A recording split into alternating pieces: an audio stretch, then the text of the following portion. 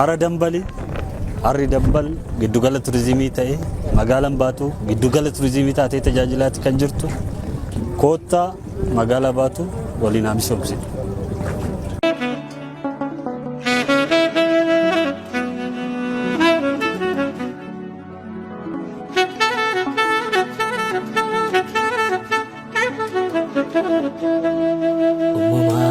بدأتو جنة لفرا لك من دموع وممنيك يا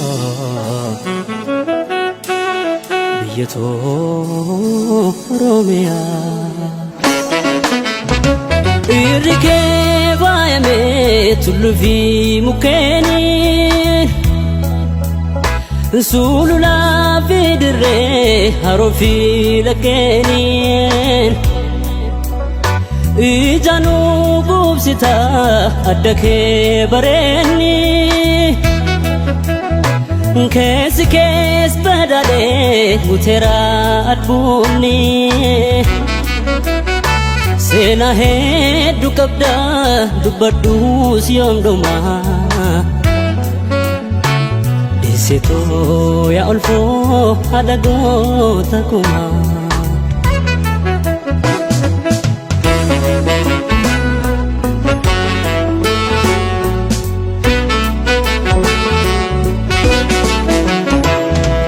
Kambile cipte kandai bete wafa ijatu kulalte simata Kandare uffiste dabadiroom sita ijatu kulalte jirachita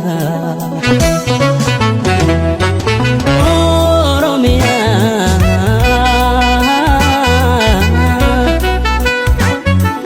Oromia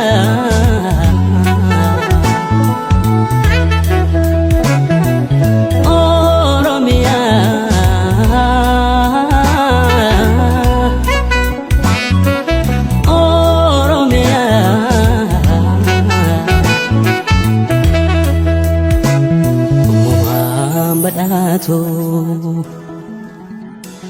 جنة لفرا لك ومن دموع ممنيك يا بيتو روميا مالتو إنيوما أدابون ساقابدا Gatume figelo ittisa pragada Langani faftri shegoye fihele Siriya kumkume amma mahole Madadi demokrasi sirna bagada Nitim bekam tu kalachi keoda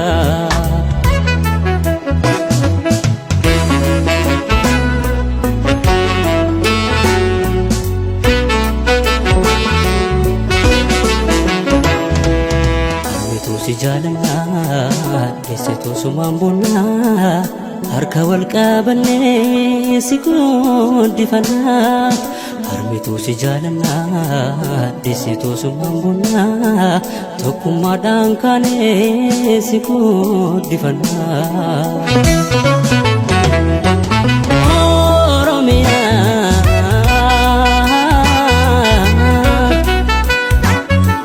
Oromia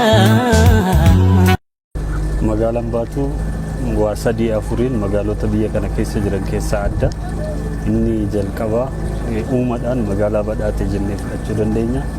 Iddoon amma irratti argamu kun hara dambali. Harri dambal waa baay'ee of keessaa qaba.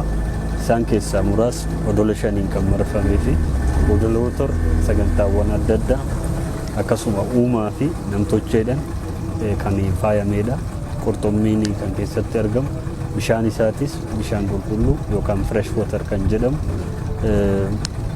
harawwan Rift Valley keessatti argaman keessaa 10 keessaa lamarratti kan argamu isa keessaa tokko hara Dambalii. Baatu bareeddu kootaa daawwadha.